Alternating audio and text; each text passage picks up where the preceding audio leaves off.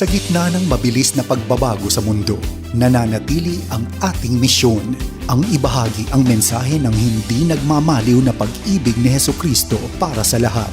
Hatid sa inyo ang pinakabagong kaganapan sa gawain ng Far East Broadcasting Company Philippines. Tampok din ang mga kwento ng totoong buhay na binago ng Diyos. Narito si Dan Andrew Cura sa The President's Report. Magandang araw sa iyo, kaibigan. Abay, marahil ay narinig mo na ang konsepto ng heart language dito sa ating programa. Ang wika ay sadyang napakahalaga at dapat lang na isaalang-alang sa pagpapahayag ng mabuting balita ni Hesukristo sa mundo sa pamamagitan ng radyo. Kaya ngayong Agosto sa ating pagdiriwang ng Buwan ng Wikang Pambansa, abay alamin natin ang papel na ginagampanan ng wika hindi lamang sa komunikasyon at sa ating bayan, kundi pati na rin sa paghubog ng ating mga karanasan at kasarinlan. Ako po ang inyong lingkod, si Dan Andrew, para po sa The President's Report.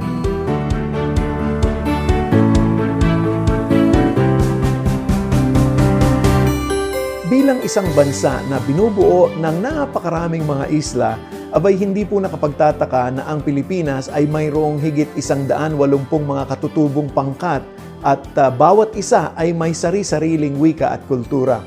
Kaya naman po noong nakamit ng Pilipinas ang kalayaan matapos po ng pananakop ng napakaraming mga dayuhan, abay kinailangang magkaroon ng wikang Pilipino upang magkaisa ang mga tao at itaguyod ang kasarinlan ng ating bansa. Naalala ko rito ang dalawang kaganapan sa Biblia na naglalarawan kung paano ay napagbubuklod ng wika ang mga tao. Marahil ay pamilyar ka na sa kasaysayan ng Tore ng Babel sa Henesis 11. Matapos ang dilubyo, ang mga tao noon sa mundo ay mayroong iisang wika. Kaya napakadali silang magkaisa sa pagbuo ng tore na abot sa langit upang ipagmalaki ang kanilang mga sarili. Binuwag ng Diyos ang planong ito at binago niya ang kanilang mga wika upang mula noon ang mga bansa at tribo ay pinaghiwalay ng wikang sinasalita nila.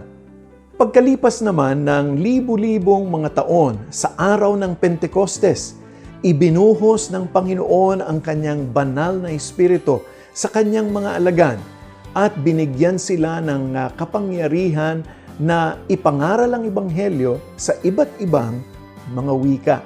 At sa pamamagitan nila ay narinig at naunawaan ng mga tao ang mabuting balita kaya't nanalig sila kay Hesukristo bilang kanilang Panginoon at tagapagligtas. Mula pa lamang sa simula, ang layunin ng Panginoon para sa wika ay upang makipag-ugnayan at ihayag ang kanyang puso para sa atin. Si Henry J.M. Nouwen ay nagsabi ng ganito, "Sa mundo ng pag-iisa at kawalan ng pag-asa, labis ang pangangailangan ng tao na malaman kung ano ang puso ng Diyos.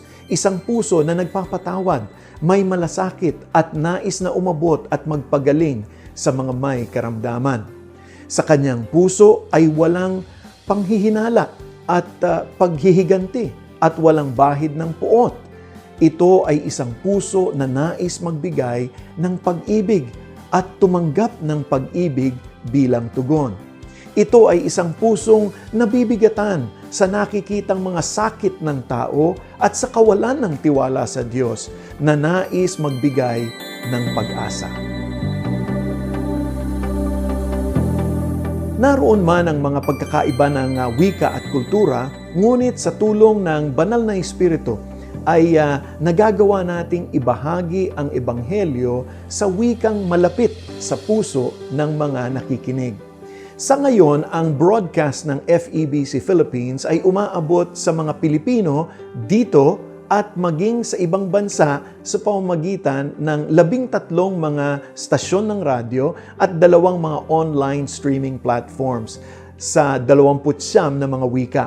Bukod sa wikang Pilipino, syempre, at Ingles, hatid ng ating mga kaagapay sa radyo ang mga katutubong wika upang maabot ang ating mga kababayan tulad na lang ng Ilocano, Kalanguya, Kangkanay sa Hilagang Luzon, Ibanag at Bugkalot sa Gitnang Luzon, Waray, Hiligaynon at Cebuano sa Kabisayaan, at Tiboli, Blaan, Chavacano, Tausug para naman sa mga tagapakinig sa Mindanao. Umaabot din ang ebanghelyo sa higit 40 mga wika sa China at Timog Silangang Asya, siyempre naman sa pamamagitan ng mga broadcast sa shortwave mula rin dito sa Pilipinas.